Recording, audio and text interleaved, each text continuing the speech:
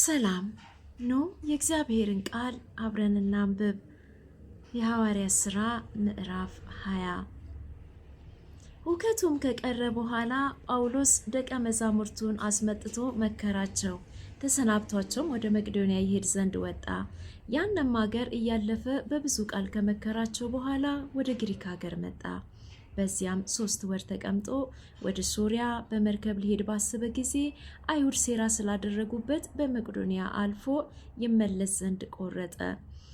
የሸኙትም የቤርያው ሉሲጴጥሮስ ከተሰሎንቄ ሰዎችም አራስጥርኮስ እና ሲኪንዶስ፣ የደርቤኑም ጋዮስና ጢሞቴዎስ፣ የእስያ ሰዎችም ቲኪቆስም ፕሮፎምንስም ነበሩ። እነዚህም ወደፊታችን አልፈው በጥሮኦዳ ቆዩን። እኛ ግን ከቂጣ በዓል በኋላ ከፊልጵስዩስ በመርከብ ተነስተን በ5 ቀን ወደ ጥሮኦዳ ወደ እነሱ ደረስን። በዚያ 7 ቀን ተቀመጥን።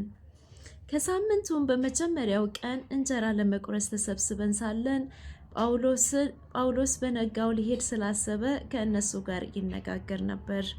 እስከ መንፈቀ ሌሊትም ነገሩን አስረዘመ። ተሰብስበንም በነበርንበት ሰገነት እጅግ ማብራት ነበር። አውጢኬስ የሚሉትም አንድ ጎበዝ በመስኮት ተቀምጦ ታላቅ እንቅልፍ አንቀላፍቶ ነበር። ጳውሎስም ነገርን ባስረዘመ ጊዜ እንቅልፍ ከብዶት በ3ኛው ደርብ ወደ ታች ወደቀ፣ ሞቶም አነሱት። ጳውሎስም ወርዶ በላይ ወደቀ፣ አቅፎም ነፍሱ አለችበትና ትንጫጩ አላቸው። ወጥቶም እንጀራ ቆርሶ በላ። ብዙ ጊዜ እስኪነጋ ድረስ ተነጋገረ፣ እንዲህም ሄደ። ብላቴናውም ደህና ሆኖ ወሰዱት፣ እጅግም ተጽናኑ። እኛ ግን ጳውሎስን ከዛ እንቀበለው ዘንድ ስላለን ወደ መርከብ ቀድመን ሄድን። ወደ አሶን ተነሳን፣ እርሱ በመሬት ይሄድ ዘንድ ስላሰበ እንደዚህ አዞን ነበርና። በአሶንም ባገኘን ጊዜ ተቀበልነው፣ ወደ ሚጥሊኒ መጣን። በማግስቱም ከዚያ በባህር ተነስተን በኪዩ ፊት ለፊት ደረስን። በነጋውም ወደ ሰሞን ተሻገርን። በትሪጊዮንም አድረን በማግስቱ ወደ ሚሊጤን መጣን።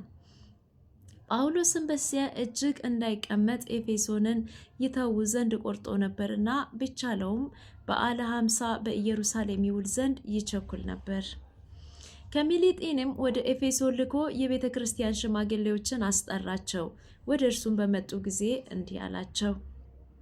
ወደ እስያ ከገባሁበት ከመጀመሪያው ቀን ጀምሮ በትህትና ሁሉና በእንባ ከአይሁድም ሴራ በደረሰብኝ ፈተና ለጌታ እየተገዛው ዘመኑን ሁሉ ከእናንተ ጋር እንዴት እንደኖርኩ እናንተ ታውቃላችሁ።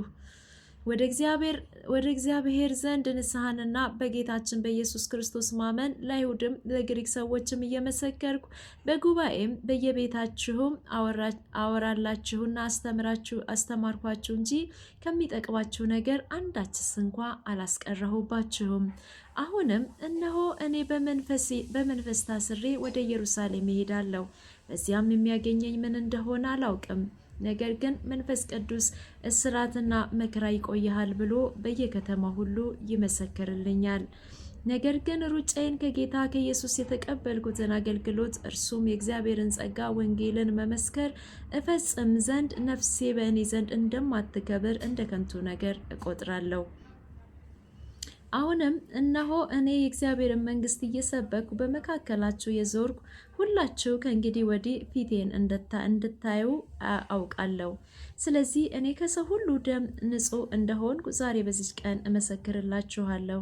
የእግዚአብሔርን ምክር ሁሉ ነግሬያችኋለሁና ምንም አላስቀረሁባችሁም። በገዛ ደሙ የዋጃትን የእግዚአብሔርን ቤተ ክርስቲያን ትጠብቋት ዘንድ መንፈስ ቅዱስ እናንተን ጳጳሳት አድርጎ ለሾመበት ለመንጋ ሁሉና ለራሳችሁ ተጠንቀቁ።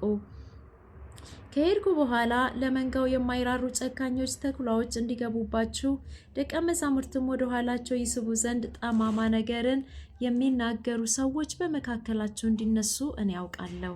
ስለዚህ 3 ዓመት ሌሊትና ቀን በእንባ እያንዳንዳችሁን ከመገሰጽ እንዳላቋረጥኩ እያሰባችሁ ትጉ። አሁንም ለእግዚአብሔር ያነጻችሁ ዘንድ በቅዱሳንም ሁሉ መካከል ርስትን ይሰጣችሁ ዘንድ ለሚችለው ለጸጋው ቃል አደራ ሰጠኋችሁ። ከማንም ብር ወይም ወርቅ ወይም ልብስ አልተመኘሁም። እነዚህ ልጆች በሚያስፈልጉኝ ነገር ለእኔና ከእኔ ጋር ላሉት እንዳገለገሉ እናንተ ታውቃላችሁ። እንዲሁ እየደከማችሁ ድዌዎችን ልትረዱና እርሱ ራሱ ከሚቀበል ይልቅ የሚሰጥ ብፁዕ ነው እንዳለ የጌታን የኢየሱስን ቃል ልታስቡ ይገባችሁ ዘንድ በሁሉ አሳየኋችሁ።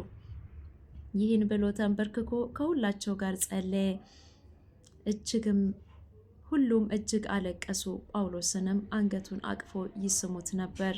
ይልቁንም ከእንግዲህ ወዲህ ፊቴን አታዩም ስላላቸው ነገር እጅግ አዘኑ። እስከ መርከብም ድረስ ሸኙት። ጸጋ ከእናንተ ጋር ይሁን።